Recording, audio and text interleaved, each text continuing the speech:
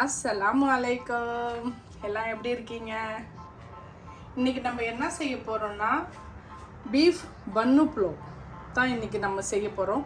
பீஃபில் பன்னு flow இது வந்து நம்ம இந்த ட்ரக்குங்கெல்லாம் போகும்போது ரோட்டு கடைகளில் கிடைக்கும் பார்த்திங்களா, அந்த மாதிரி ஒரு புலவு இது. ஆனால் செம்ம டேஸ்ட்டாக இருந்துச்சு. நான் இங்கே வந்து வாங்கி சாப்பிட்டு பார்த்தோம், ரொம்ப நல்லா இருந்துச்சு. சரி, அதை நம்ம வீட்டில் செஞ்சு எல்லாருக்கும் காமிக்கலாம் அப்படின்னு இன்றைக்கி நான் ஒரு பன்னு புலோ தான் போட போகிறேன். இங்கே பாருங்கள், இது வந்து பீஃப். இது இந்த மாதிரி க்யூபாக கட் பண்ணி வாங்கிக்கணும். இது பாருங்கள், இது வந்து ஃபுல்லாக முள் இல்லாத கறி.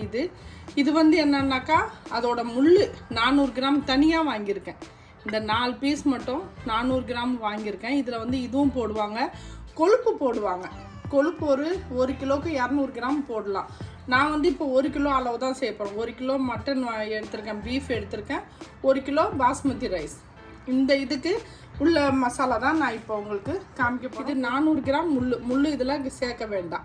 இதில் வந்து நான் முள்ளும் 400 கிராம் வாங்கி போட்டிருக்கேன். இதை வந்து நம்ம இதில் குக்கரில் போட்டுக்கலாம். குக்கரில் போட்டுட்டு நம்ம தண்ணி கொஞ்சம் இதில் போட்டுக்கணும். தண்ணி வந்து கொஞ்சம் நிறையாவே போட்டுக்கணும். தண்ணி வந்து கொஞ்சம் நிறையா போட்டுட்டு இந்த தண்ணியை தான் நம்ம ரைஸ்க்கு யூஸ் பண்ணணும். ஏன் அப்படின்னா சிட்டி வர விடக்கூடாது. குக்கர் வந்து சிட்டி வரக்கூடாது. ஸ்லோவ்லேயே ஒரு 20லேருந்து ஒரு 25 நிமிஷம் நம்ம இதை வேக வச்சு எடுத்துக்கணும். இதில் நம்ம ஒன்றுமே போடக்கூடாது, வெறும் உப்பு மட்டும்தான் போடணும். இதில் நான் உப்பு போட்டுக்கிறேன். இதுக்கு தேவையான மட்டனுக்கு தேவையான அளவு மட்டும் நான் உப்பு போட்டிருக்கேன். பாக்கி நம்ம ரைஸ்க்கு தேவையானது நம்ம அப்புறம் போட்டுக்கலாம். ஃபஸ்ட்டு இந்த பீஃபை நம்ம அடுப்பில் வச்சிடலாம்.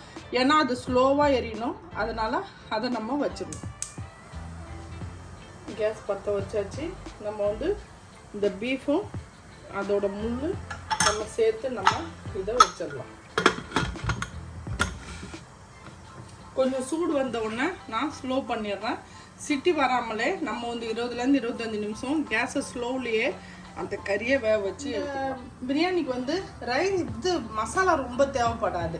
என்ன மசாலா வந்து ரொம்ப தேவைப்படாது. நான் வந்து 1 கிலோ ரைஸ் பாஸ்மதி ரைஸ் தான் ஊற வச்சுருக்கேன். இதை கழுவிட்டு நம்ம ஊற வச்சுருவோம் ஒரு 20லேருந்து 25 நிமிஷம்.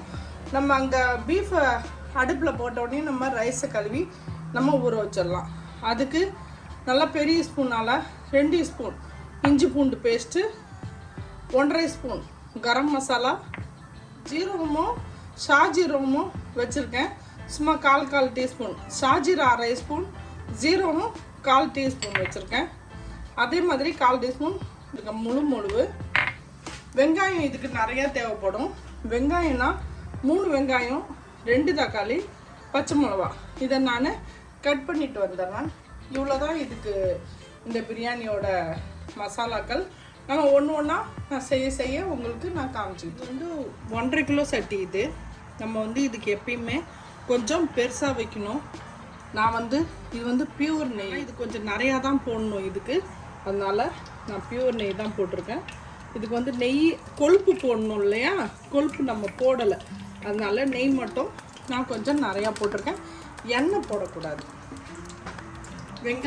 வெங்காயம் இந்த மாதிரி வெட்டிக்கணும், மெலிசா வெட்டிட்டு நம்ம இதில் போட்டுக்கணும். அடுப்பு நல்லா ஃபாஸ்ட்டாக இருக்கட்டும். இதில் இந்த வெங்காயம் வதக்கிறது தான் இதில் கொஞ்சம் வேலை. வெங்காயம் வதக்கி எடுக்கலாம் கூடாது, ஆனால் நல்லா தீர அளவுக்கு இதில் வறுத்து எடுத்துக்கணும். வெங்காயம் வதக்கி நம்ம இதில் மசாலா இது செய்கிறதுக்குள்ளே குக்கரும் சிட்டி அதுக்குள்ளேயே வந்துடும். அதனால அந்த குக்கரை வந்து நான் வேறு அடுப்பில் வச்சுட்டேன். இதை நம்ம இங்கே செஞ்சிட்டு இருக்கலாம் அப்படின்னு சொல்லிட்டு. ஆனால் செம்ம டேஸ்ட்டாக இருந்துச்சு. நான் வாங்கி சாப்பிட்டேன் கடையில். ஆனால் இது வந்து கிடைக்கும் கிலோ கணக்கில் தான். டப்பா 12 ரூபா கிலோ அது மாதிரிலாம் கிடையாது. கிலோ வந்து 22 ரூபா. இது இங்கே 22 கிராம்ஸ் 1 கிலோ. அதுதான் நாங்கள் வாங்கி சாப்பிட்டோம். செம்ம டேஸ்ட்டாக இருந்துச்சு. அதுக்கப்புறம் தான் அதில் என்னென்ன இருக்குன்ட்டு நுணுக்கமாக அதை டேஸ்ட் பார்த்தேன். எனக்கு அது பிடிபட்டுச்சு.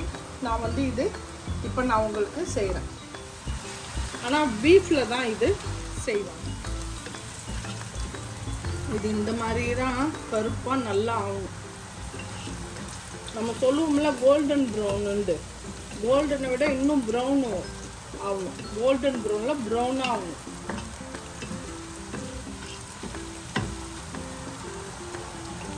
ரைஸ்க்கு தகுந்த சால்ட் போட்டுக்கலாம். கம்மியாகவே போடுவோம், நம்ம பார்த்துட்டு அப்புறமா போட்டுக்கலாம். இந்த பாருங்க எப்படி இருக்கு பாருங்க. இது இன்னும் கொஞ்சோண்டு வறுத்து நெய்யெல்லாம் தெரியவே இல்லை பாருங்கள். நெய் போட்டேன்ல, ஒரு 5 ஸ்பூன் நெய் போட்டிருக்கேன், ஆனால் தெரியவே இல்லை. இவ்வளோ ப்ரௌன் ஆகிடுச்சு. நம்ம வந்து இப்போ இஞ்சி பூண்டு பேஸ்ட்டு எல்லாம் போட்டுடலாம்.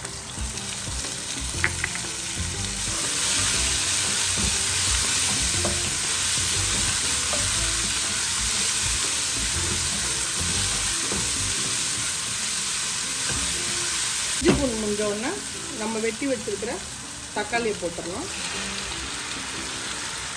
தக்காளியும் இஞ்சி பூண்டும் நல்லா வேகட்டும். எவ்வளோ நல்லா கலர் இருக்கு பாருங்க. இதில் நம்ம கொஞ்சமாக தண்ணி போட்டுக்குவோம்.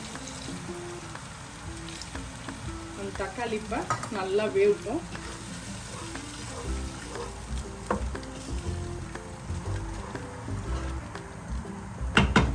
அடுப்பை நல்லா ஃப்ளோ பண்ணிடுவோம்.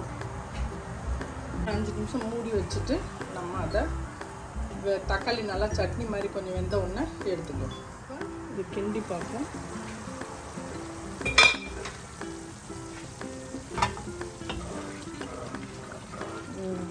நல்லா வேவுது பாருங்கள். தக்காளி ஃபுல்லாக நல்லா நம்ம இந்த மாதிரி கசக்கி விடலாம். கருப்பாக தெரியுது பார்த்தீங்களா? இதுக்கு தான் நம்ம வெங்காயத்தை நம்ம வந்து கருப்பாக ஆக்கணும். நம்ம அப்படியே போட்டுக்கலாம். நான் 5 ஸ்பூன் தயிர் வச்சுருக்கேன். இப்போ தயிரை நம்ம இதில் போட்டுக்கலாம். தயிர் வந்து அடித்து வச்சுருக்கேன், இதை நம்ம இதில் போட்டுக்கலாம். இதையும் இது கூட வேக வச்சுக்கலாம்.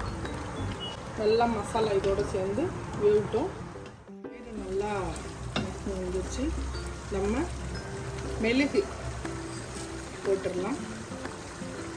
ஜீரகம் சாஜீரா நம்ம ஜீரகம் இதில் போட்டுடலாம். கரம் மசாலா 1.5 ஸ்பூன் வச்சுருந்தோம் இல்லையா, அதையும் இதில் நம்ம போட்டுடலாம். நல்லா மசாலா இவ்வளோ நேரம் வெந்துருச்சு. இப்போ இதில் நம்ம இந்த மட்டன் இது பீஃப் இருக்குது பார்த்தீங்களா, இதை நம்ம குக்கர்லேருந்து எடுத்து இதில் போட்டுடலாம்.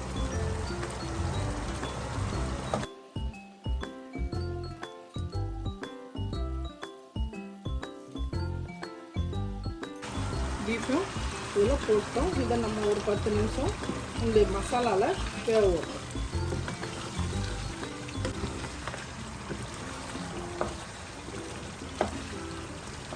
நல்லா வெந்துருச்சு மட்டன் பூரா.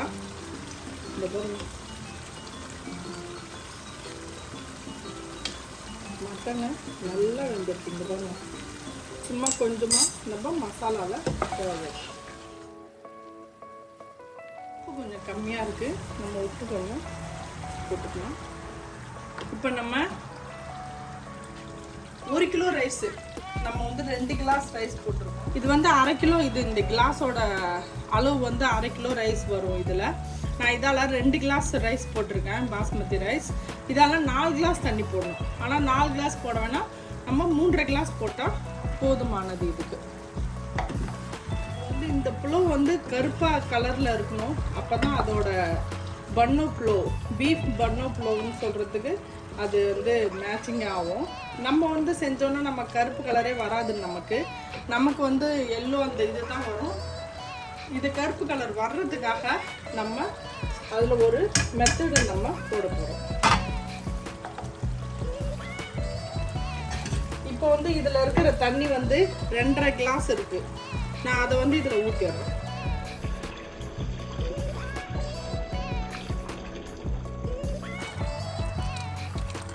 இன்னொரு 1/2 கிளாஸ் தண்ணி நான் ஆட் பண்ணிட்டேன். இதை இப்போ நம்ம கொதி கொஞ்சோண்டு வரட்டும். இதில் நம்ம உப்புலாம் சரியாக இருக்காண்டு நம்ம பார்த்துருவோம்.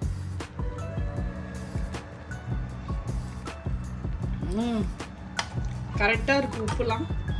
இதில் நான் ஒரு மெத்தடு சொன்னேன் பார்த்தீங்களா, அதை நம்ம செய்வோம். இது மாதிரி ஒரு வெள்ளை துணி எடுத்துக்கோங்க.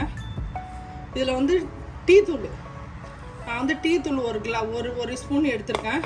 இதை வந்து இதில் நம்ம கட்டி அதில் போட்டுடணும். இப்போ கொதி வர்ற வரைக்கும் அதுக்குள்ளே இது நம்ம கருப்பாயிடும். இது நான் இந்த டீ தூள் சாப்பத்தியை நான் இதில் போட்டு கட்டிட்டேன். இதை நம்ம இதில் போட்டுக்குவோம். ஏன்னா அப்போ தான் இன்னும் கொஞ்சம் கருப்பாக இதில் வரும். இதுதான் இதோட மெத்தடுன்னு நான் உங்களுக்கு சொன்னது, கருப்பாகிறதுக்கு.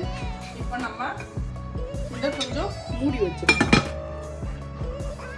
நல்லா கொதிச்சு நம்ம இப்போ ரைஸ் போட்டுடலாம். இப்போ நம்ம இந்த டீ தூளை நம்ம எடுத்துடலாம். இது வச்சிடணும். இப்போ நம்ம ரைஸ் போட்டுடலாம்.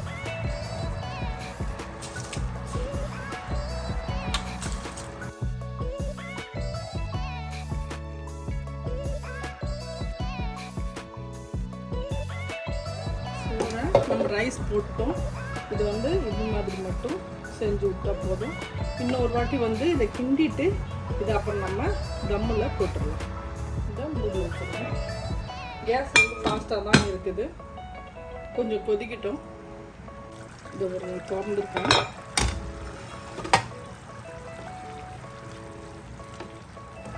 இதை சும்மா நம்ம இப்படி செஞ்சுட்டு போட்டு நம்ம தம் வச்சுக்கணும்.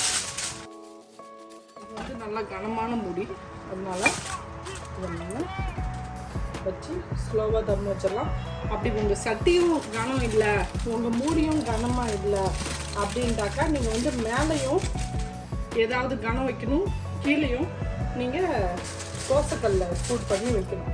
ஆனால் என்னது வந்து சட்டி எல்லாம் கனமாக இருக்குன்றதுனால நான் இதை இப்படியே ஒரு 15லேருந்து 20 நிமிஷம் நான் வைக்கிறேன். ஃபுல்லாக கவர் ஆகிடுச்சு போகிறேன். கொஞ்சம் கூட எங்கேயும் தேட்டா. கேஸ் ஃபுல்லாக ஸ்லோவாக இருக்குது. இது ஆகட்டும். நான் அதுக்கப்புறம் வந்து 20 நிமிஷம் ஆகிடுச்சு. இங்கே பாருங்கள், மேலேயே புகை வருது பாருங்கள். நான் கேஸ் ஆஃப் பண்ணுறேன். உங்களுக்கு காமிக்கிறேன் பாருங்கள், எப்படி புகை வருது பாருங்கள்.